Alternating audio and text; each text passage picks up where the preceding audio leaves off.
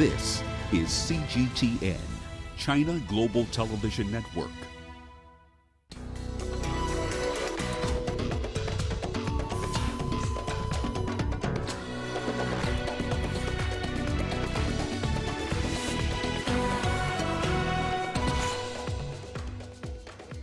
Libya's government of national accord fighters move towards the Sirte city frontline.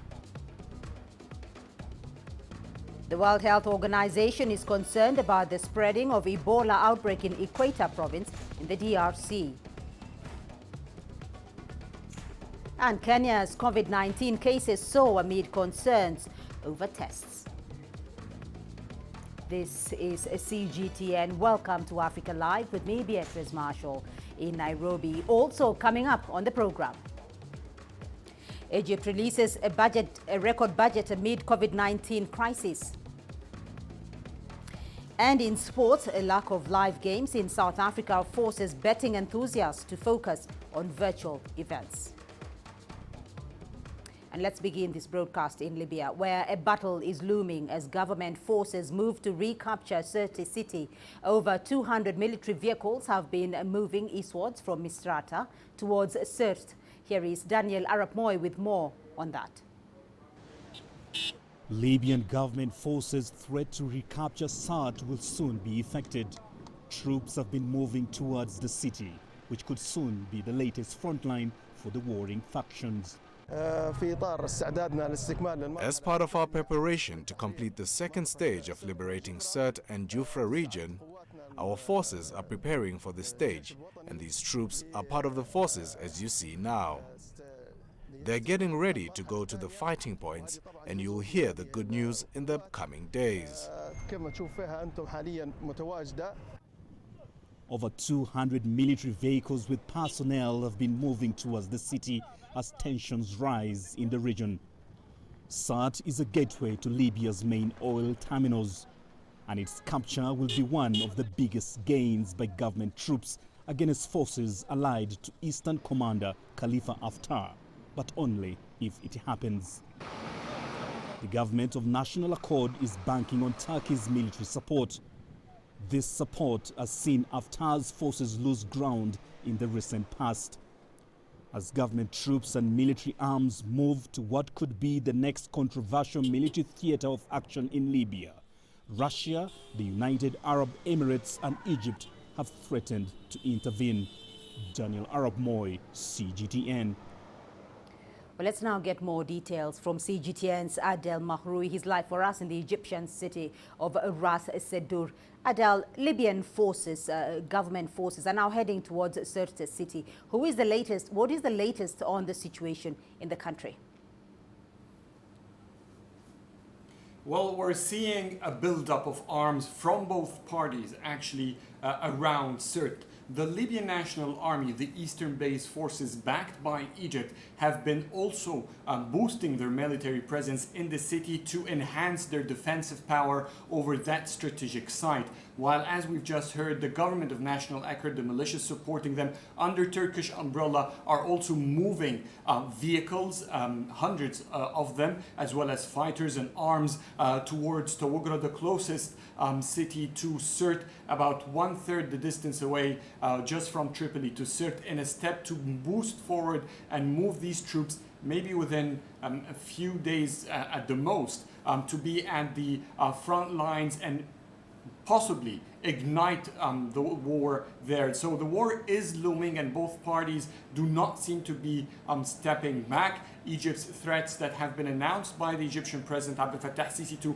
have military intervention if the GNA, the militias and Turkey attempt to move forward against Sirte.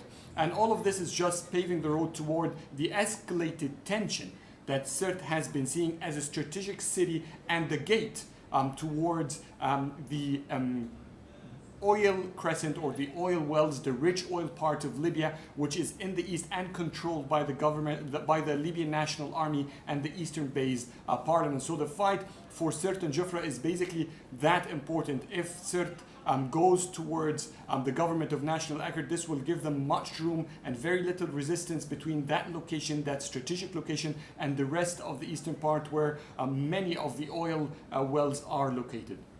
Well, Adel, there are reports that Egypt's parliament is due to mandate President El-Sisi to intervene militarily in Libya. Can you give us the details about that? What do you know?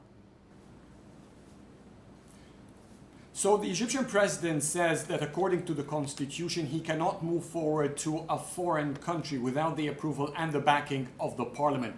That came during his latest meeting with the Libyan tribes, where he stressed and reconfirmed his position to enter Libya if any attempt against CERT is made from the government of national accord. And the parliament's speaker, Ali Abdel was present during that meeting and has shown an indirect consent without voicing it.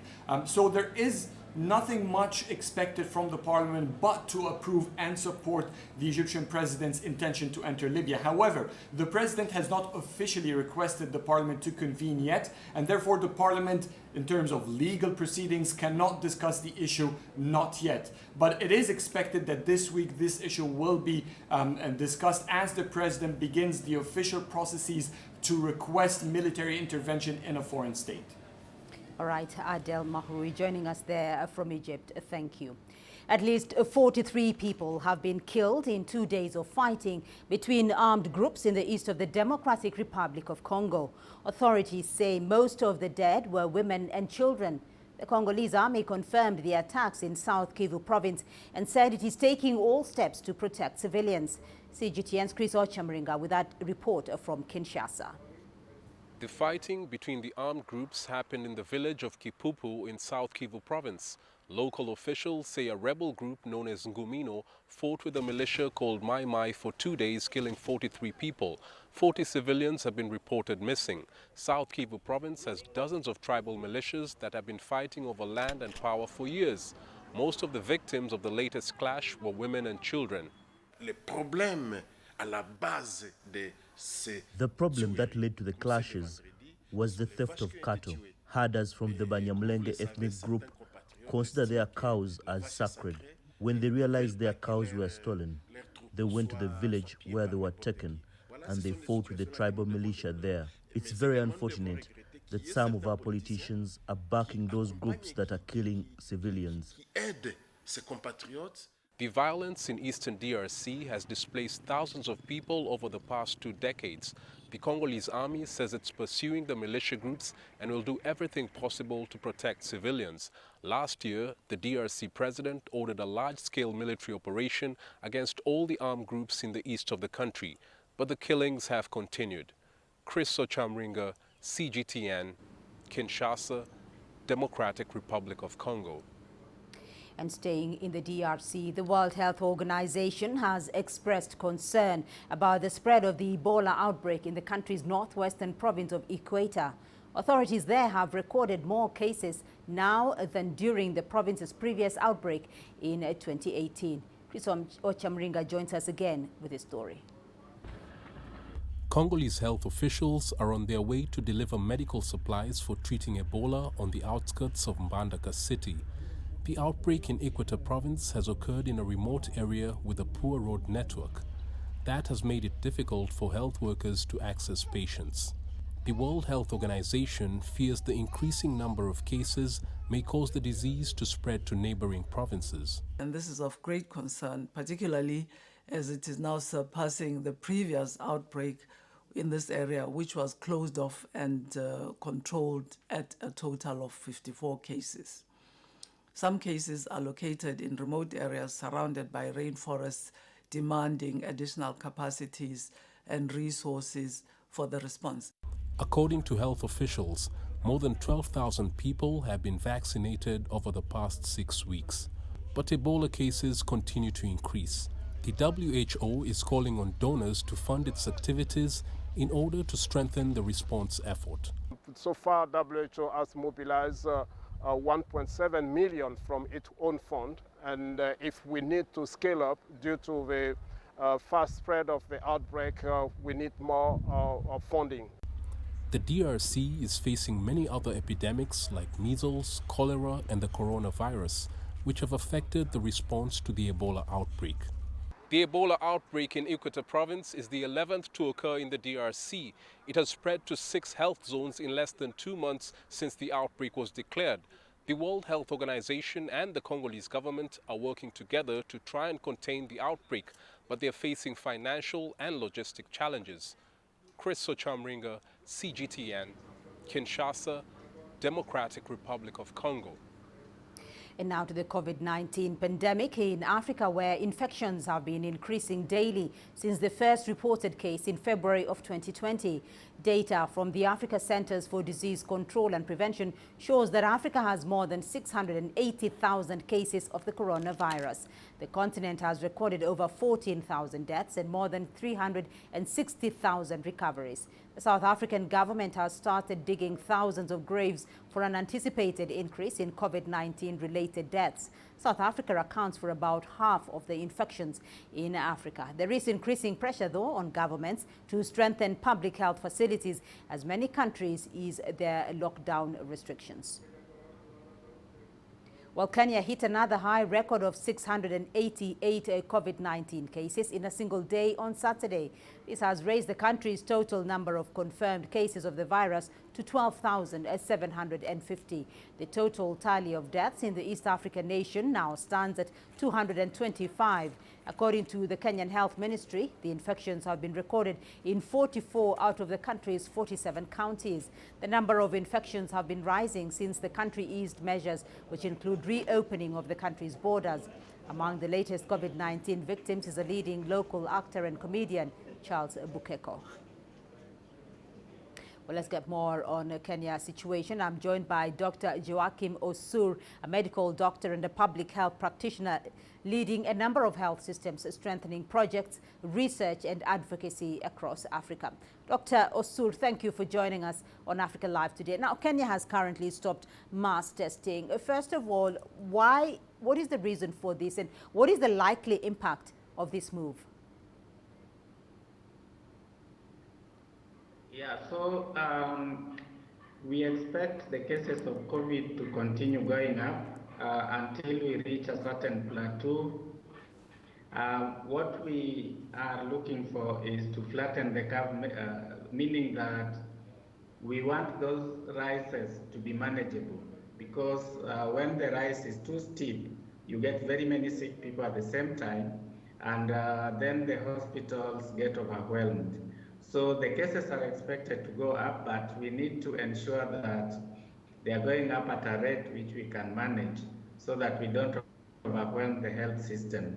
So it is not a surprise that they're actually going up, because the immunity in the community is still not there. So a lot of people will get infected. But what we need to do is to ensure that we are adhering to the measures that have been put in place so that the rise is manageable. So, Dr. Osur, in light of the rising numbers of the new coronavirus cases, of which you say is not a surprise given the mass testing, would another lockdown help address the situation?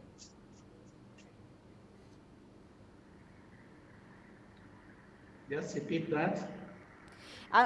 I was asking that in light of the rising numbers of new patient cases in Kenya, would another lockdown perhaps help the situation, help bring down the numbers of cases?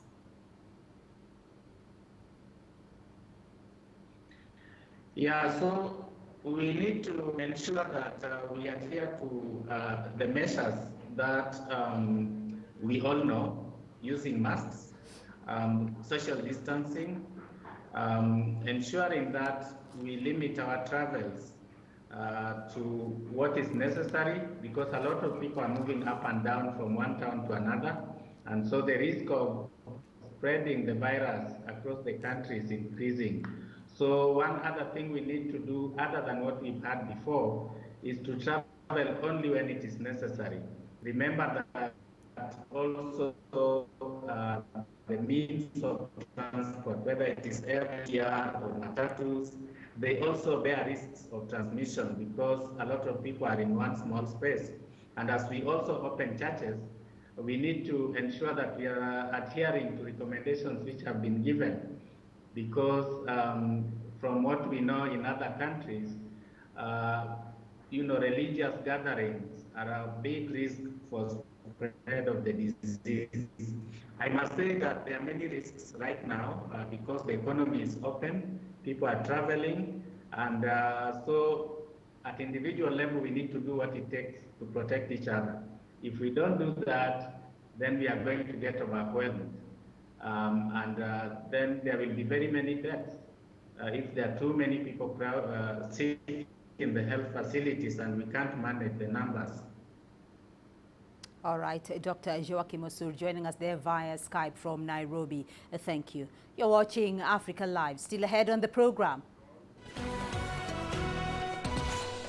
UN chief calls for a new model for global governance to tackle rising inequalities.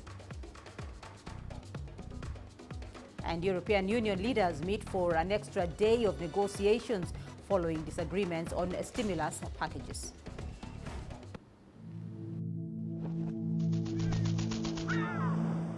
How will your world change today? What happens here? What happens there? Or what you make happen for yourself? If it matters to you, it matters to us too. Your stories are the stories that need to be told. Africa Live.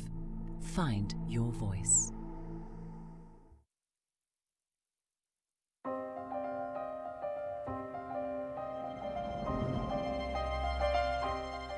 Culture, the thread that holds Africa together. Every corner of the continent has its own story. From the colorful threads in Morocco to the fairy dances of Botswana. But with great strides in technology, this very culture is struggling to stay pure. CGTN Africa brings you a brand new series, a deep dive into some of Africa's most unique communities and their race to survive in the 21st century. Join us as we take an intimate look at Africa's tribes in a flux.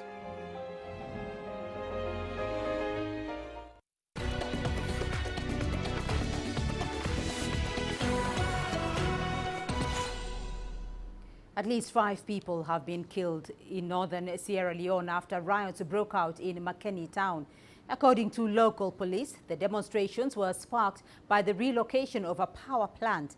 The West African state has been planning to move the plant to the country's international airport near the capital Freetown, which is due to resume flights on Wednesday after a month-long hiatus. Sierra Leone shut its international airport in March in a bid to stem coronavirus infections in the nation.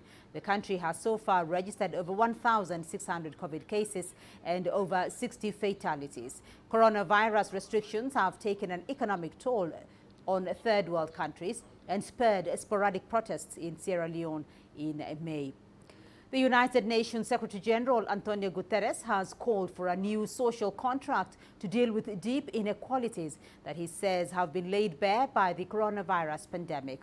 Guterres was addressing the 18th annual Nelson Mandela Lecture, addressing different forms of global inequalities based on race, gender, class and other factors. Antonio Guterres says inequalities have reached crisis proportions. Here's CGTN's Yolisa Njamela with more.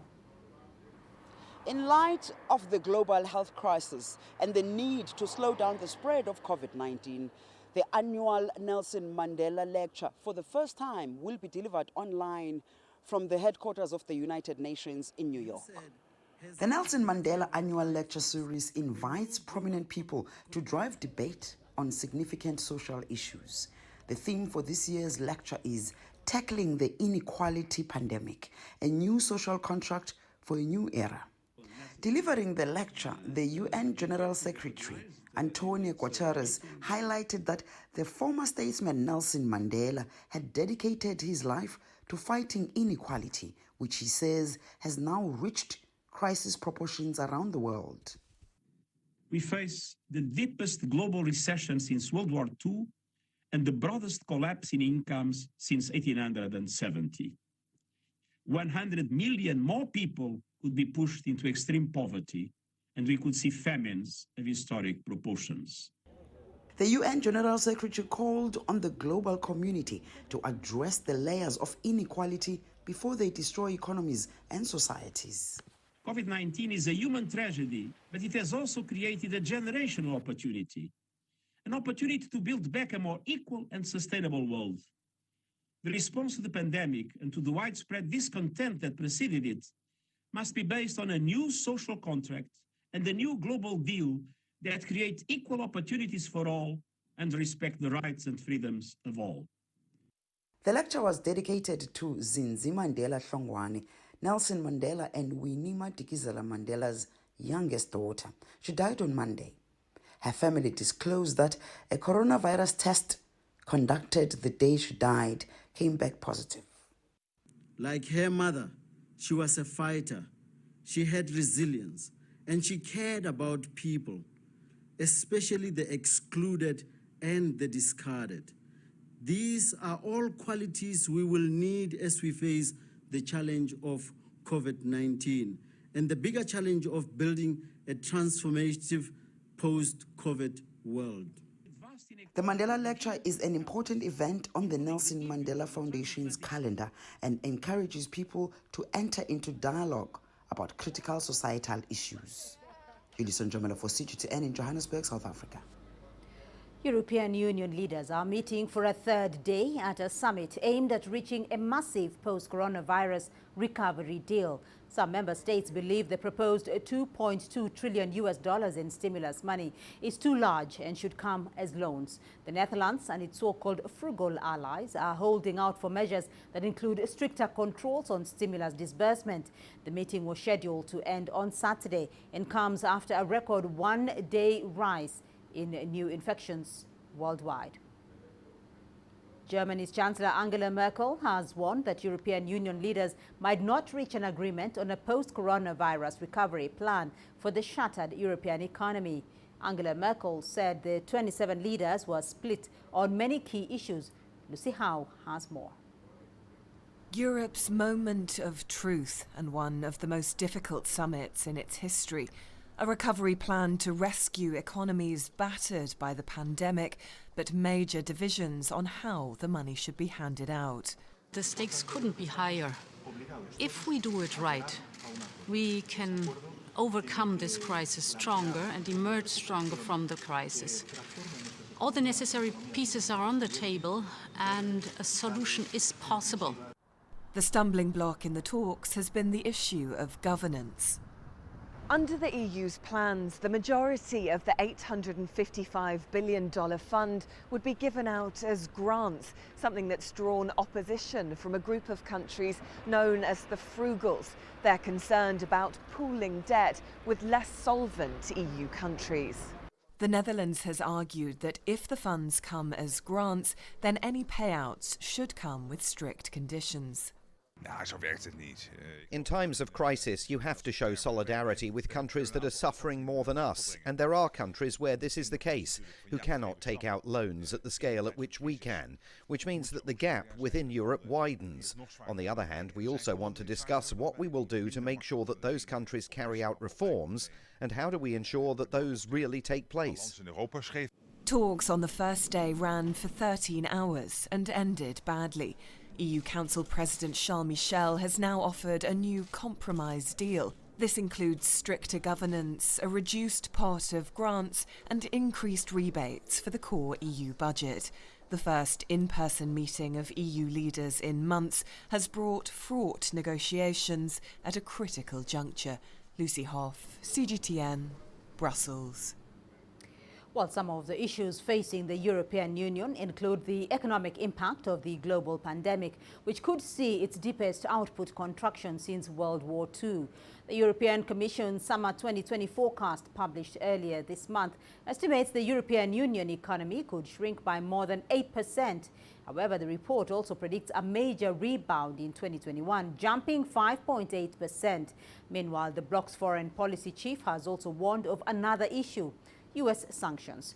Joseph Borrell said he's deeply, quote, deeply concerned at the growing use of sanctions or the threat of sanctions by the United States against European companies and interests, end quote. His comments come after U.S. Secretary of State Mike Pompeo threatened to sanction companies working on Nord Stream 2, a gas pipeline being constructed between Russia and Germany. Brazilian President Jair Bolsonaro says coronavirus lockdown measures killed the economy as the country reports over 28,000 new infections. Bolsonaro himself has tested positive for the virus. He ventured out of Alvorada Palace to meet his supporters and again accused politicians of suffocating the economy with forced curfews. Brazil is the world's second worst hit country after the United States. It has over 2 million cases in total and more than 78,000 people have died.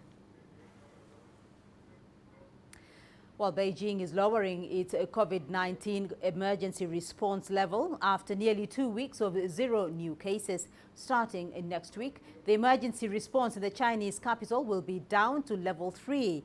In June, Beijing saw a resurgence of cases linked to a major wholesale food market. Local authorities shut down the market and raised the emergency response level. They also conducted mass testing to contain the spread of the virus. In Hong Kong, Chief Executive Carrie Lam says more than 100 coronavirus cases have been recorded in the past 24 hours, which is a record daily high. The city is now facing a third wave of infections, forcing authorities to put in strict social distancing rules this week. The situation is really critical, and there is no sign that the situation is being brought under control. That's why this morning I called a high-level meeting again to consider a response. And we believe the public will be very much concerned and worried. This round of outbreak is mostly about local cases, so we have to respond swiftly. As I said, this wave of transmission is even more critical or more difficult to tackle, if I could put it that way, because this wave of transmission involves many more clusters of different natures. Now we had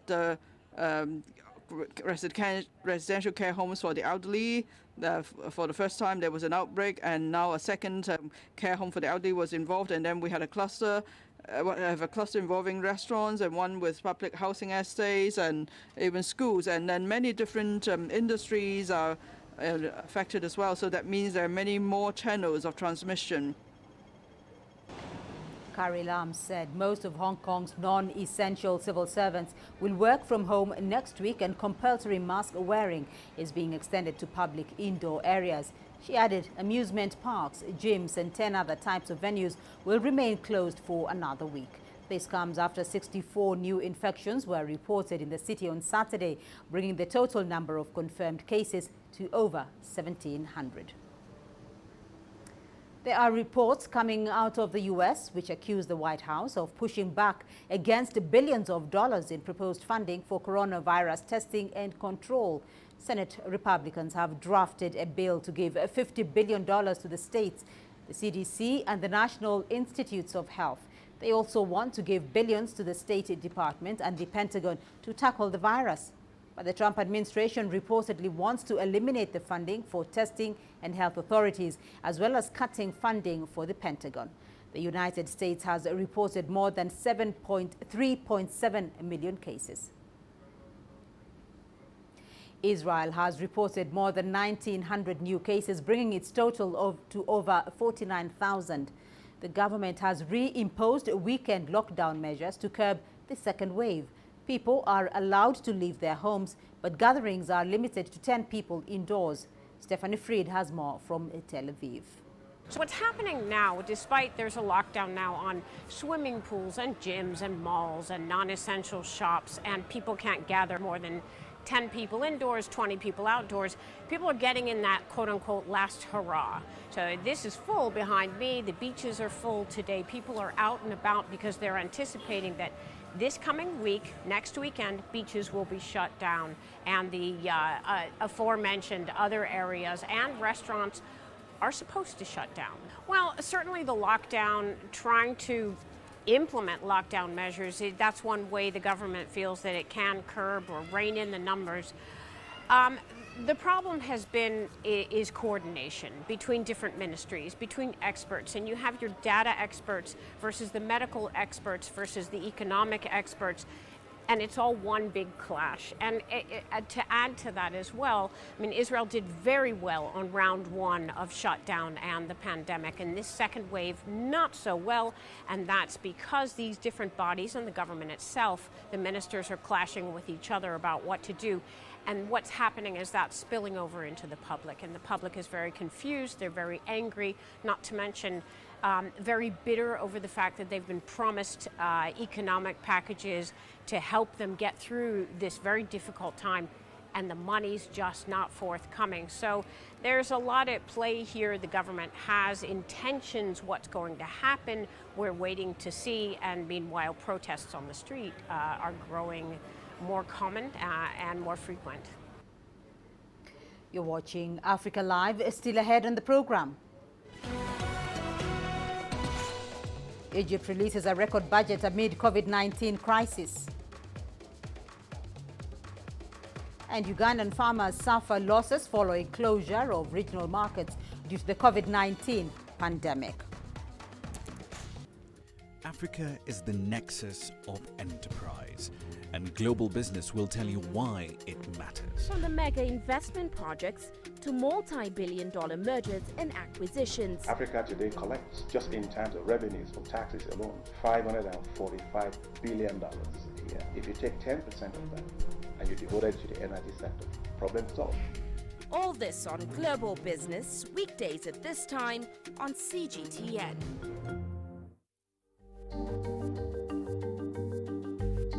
Africa Live. Find your voice.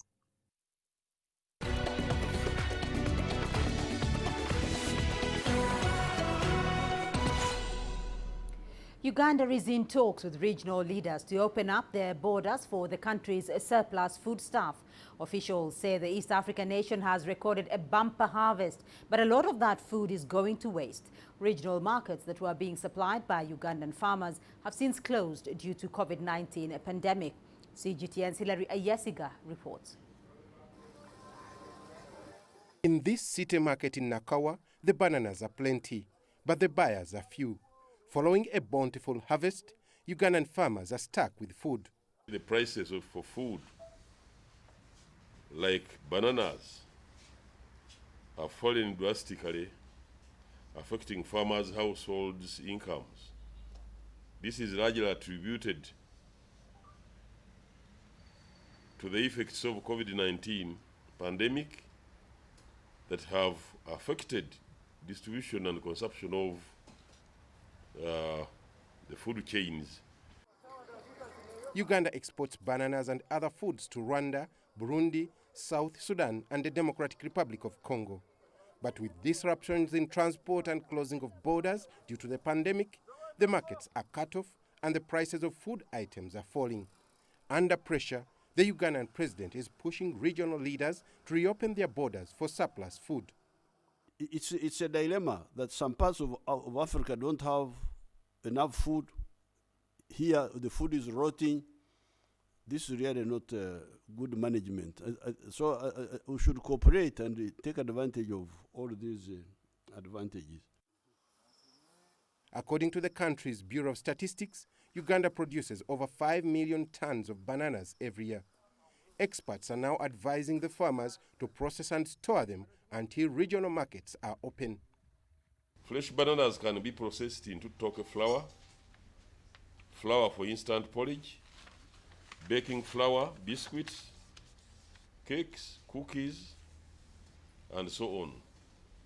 farmers are encouraged to work hand in hand with PIBID management to add value to their bananas to avoid losses. But this is a long-term venture which requires huge investment capital that many local farmers say they cannot afford. As more countries ease on COVID-19 restrictions, it is hoped that farmers will soon get their produce and foods back to market and return their household income to pre-pandemic levels. Hilara Yesga, CGTN, Kampala, Uganda. Egypt has released its largest budget in history to deal with the uncertainty brought about by the coronavirus pandemic.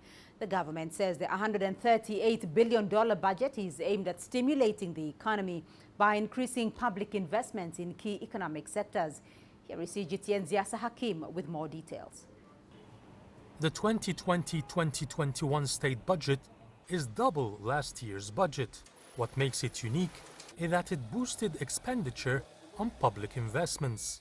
For example, health, education and housing increased by 70%, agriculture by 245%, and IT and communications by 300%. The Deputy Minister of Planning tells CGTN the aim is to stimulate the economy. Our vision is that we encourage investments to help push economic growth. These investments create job opportunities and confidence in the economy. Most countries in the region have reduced expenditure on public investments in their budgets. We are doing the opposite. Instead of a policy of contraction, we are increasing public investments by over 47%. The North African nation's budget sees a rise in salaries and pensions for citizens to be able to sustain the effects of the coronavirus. There's also an initiative to encourage spending and consumption. The initiative is based on establishing a fund to subsidize low-interest loans for any products the citizens want to purchase except food. This is meant to increase consumption and expenditure in the market. The initiative begins in 3 months. One of the main aspects that stimulate the economy is consumption and expenditure by citizens. This will encourage shops to reopen, industries to operate again and create badly needed revenue, as well as increase local production and export rather than importing goods. The government says these measures will push economic growth to 3 and 4% and avoid the slowdown that has hit most countries in the region because of the pandemic. Yasser Hakim, CGTN, Cairo. Passion is flying sky high as one young Nigerian takes to aeronautic engineering. Even though Fortune Gienvort has never set foot in an aviation college, the self-taught youngster is not letting that get in the way of his passion. CGTN's Kelechi Mekalam brings us his story.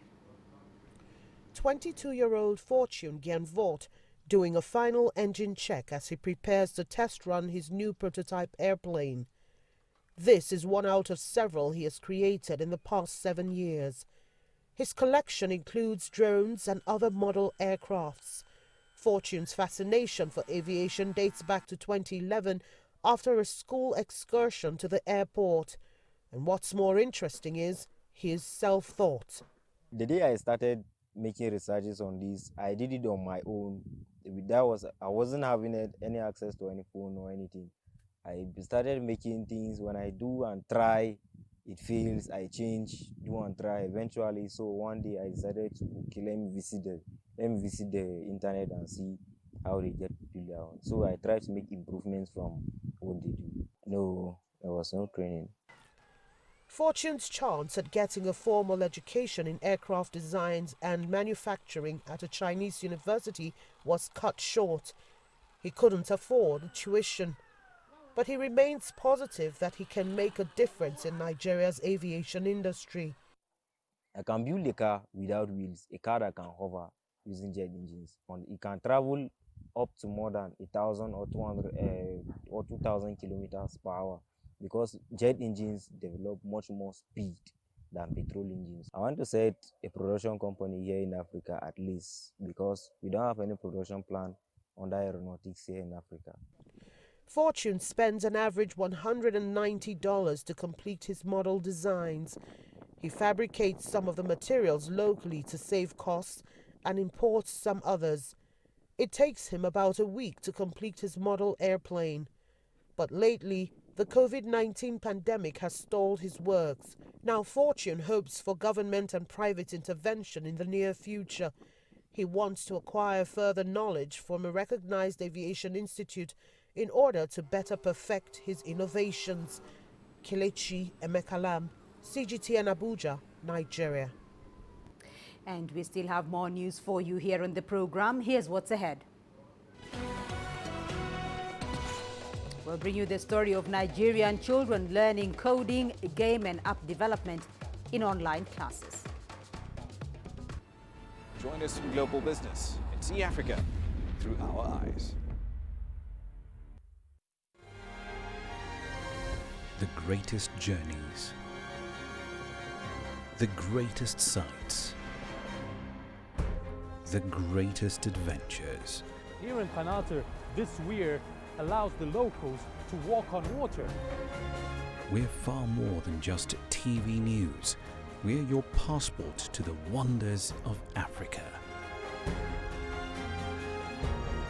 To bring you stories of struggle, survival and hope.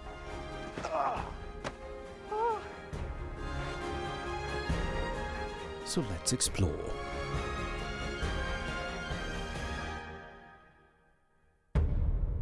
CGTN. See the difference.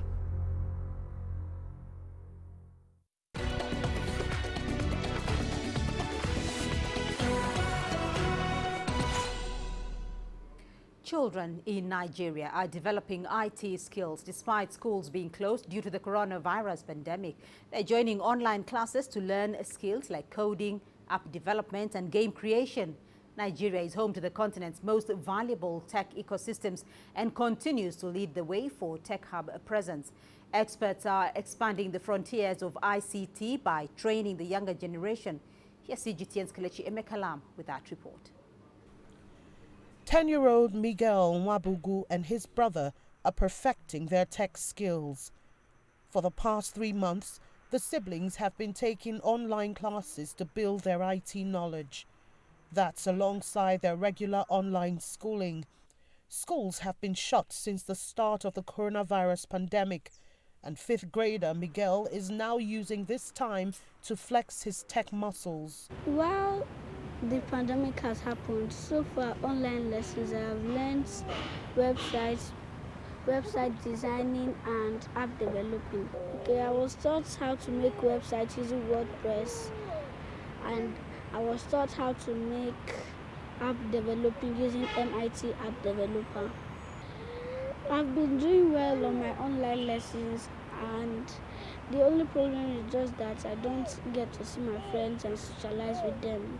Well, I'm looking into the future as a father and as to my kids, and I feel it's good for them to have IT knowledge, given where the world is going. So that informed my decision to, make them to have this IT knowledge so that they can fit into the future. Nigeria is among the fastest growing tech hubs on the continent, but it's been slow to translate this into tangible impact for the ordinary citizens. ICT entrepreneur Chinenye Ude is one of those looking to close this gap. Her action-based learning center focuses on budding young minds. And the switch to virtual learning has opened up more opportunities for kids beyond Nigeria. Now we've moved digitally, and in the digital space is a global space, is limitless. Now we can reach people across the world. As of today, we have kids coding, taking our courses from California, Canada, USA, South Africa, Zambia, Uganda on our platform. So we are generating more revenue than when we were just in our space. So we are creating more income, empowering more teachers to gain employment, because right now we are calling on those that have the skill to be able to deliver coding skills, web development. So teachers are not left out. they can teach in their schools, have their project, but also make money by delivering courses online anywhere they are. According to the National Bureau of Statistics, Nigeria's technology sector contributed 13.85% to the national GDP in 2019, a rise from 11.22% in 2018. As the nation looks to diversify its economy from oil dependence, many believe that preparing the younger generation for a digital future is a step in the right direction. Kelechi Emekalam, CGTN Abuja, Nigeria. A non-governmental organization in South Africa has commemorated Mandela Day in quite a unique way. The organization placed its leader in a freezing tub filled with ice and cold water in the middle of winter to raise funds for the needy. This they did as part of giving back to society as per the 67 Minutes Mandela campaign. Here's CGTN's Yolisa Njamela with more. Every year, South Africans are implored to spend at least 67 minutes helping the less fortunate. 67 represents the years that the late Nelson Mandela spent fighting for justice, democracy, and peace. Ndumiso Sihlangu opted to sit in a tub filled with ice and cold water for those 67 minutes. A brave act, considering that South Africa, according to some meteorologists, is experiencing one of the coldest winters in over a decade. Sihlangu did this to raise funds to repair one of the schools that were vandalized during COVID-19 lockdown at the end of March.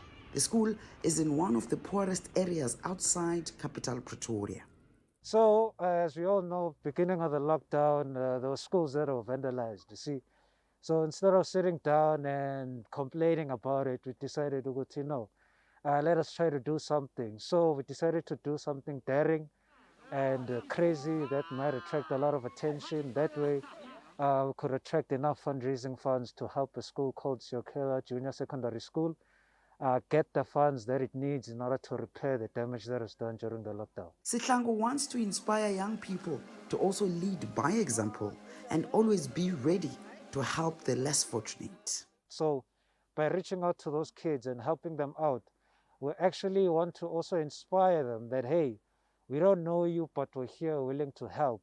So we hope that in those little kids, it inspires something great within them to, get them motivated too, that, I don't have to be asked to do something for this country. Let me make an impact now, as young as I am. Mandela Day is a global call to action that celebrates the idea that each individual has the power to transform the world and the ability to make an impact. Yolisa Njamela for CGTN in Pretoria, South Africa. And let's now take a look at your sports news. Here's what's ahead. A lack of live sport in South Africa is forcing betting enthusiasts to go for virtual events.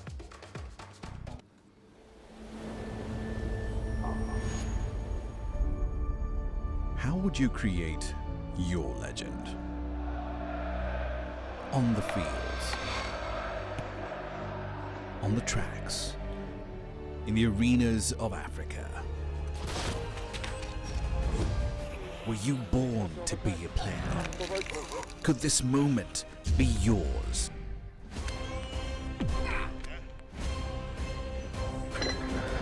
Sports Scene. Find your game.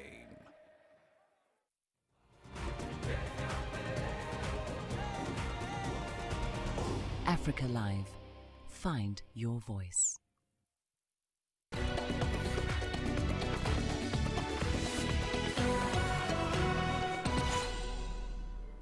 Now, instead of football and horses, South Africans are now betting on virtual events, lotto jackpots, and basically anything that is possible to bet on.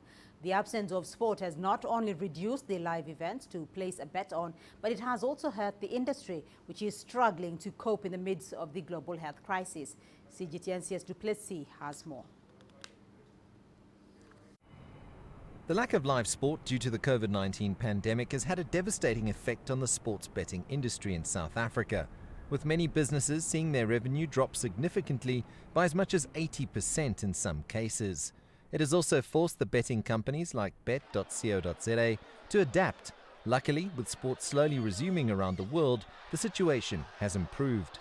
We're offering betting from all over the world. So, luckily having kind of the K-League back has helped in Asia. Bundesliga has made a huge difference for us.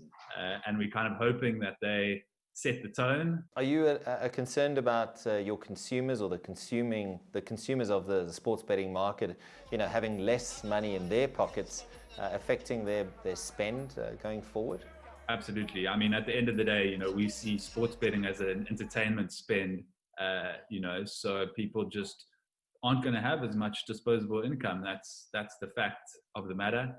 We'll just have to see what happens on the other side of this. As I say, it's all so unpredictable at the moment that we've just got to kind of just presume the worst and do everything we can to keep our heads above water. Regular punters would have felt the effects of the lack of betting options, but it wouldn't have reduced their appetite for a flutter.